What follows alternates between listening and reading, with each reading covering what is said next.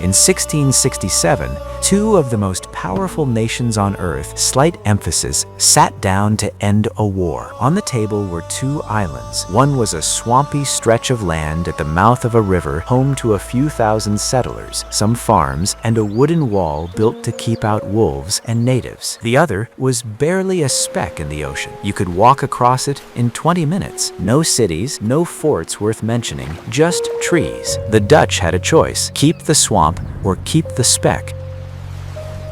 They chose the speck. The swamp went on to become Manhattan. The speck was called Run Island, and for 300 years, almost nobody outside of Indonesia had ever heard its name. This is the story of why a handful of trees was once worth more than the future capital of the world. To understand this, you have to forget everything you know about money in the 1600s. Gold was valuable, silver was valuable, but there was one thing rarer than both, something so precious that a single sack of it could buy you a house in Amsterdam: nutmeg.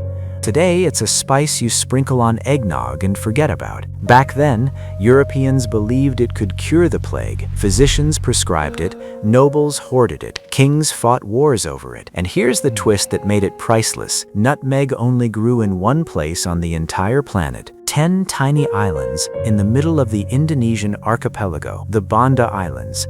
That's it. Nowhere else on Earth.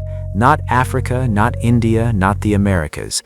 If you wanted nutmeg, you came here, or you didn't get any at all. So when European sailors finally found these islands in the early 1600s, they didn't see paradise. They saw a monopoly waiting to be seized.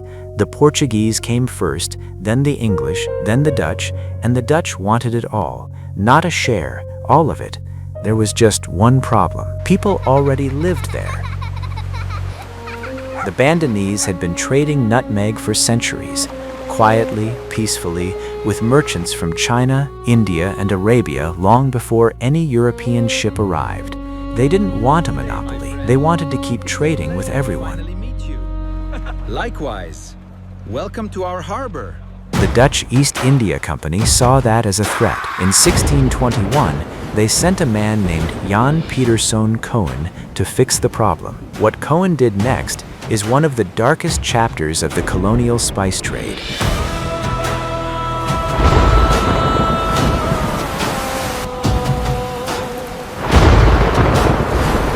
He arrived with soldiers, gave the islanders an impossible ultimatum, and when they resisted, he didn't negotiate. He nearly wiped them out. Of an estimated 15,000 Bandanese people, most were killed, starved, or forced into slavery on the very plantations that used to be their homes. A handful escaped to nearby islands.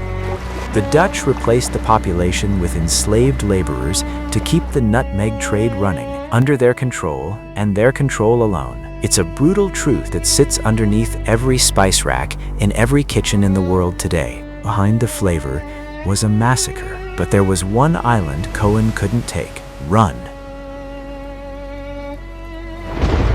Run was small, barely 3 kilometers long, but the English had gotten there first, planted their flag, and refused to leave. For decades, this tiny island became the flashpoint of an entire global rivalry between two empires, fought over a spice on a rock most maps didn't even bother naming. Neither side would back down until 1667.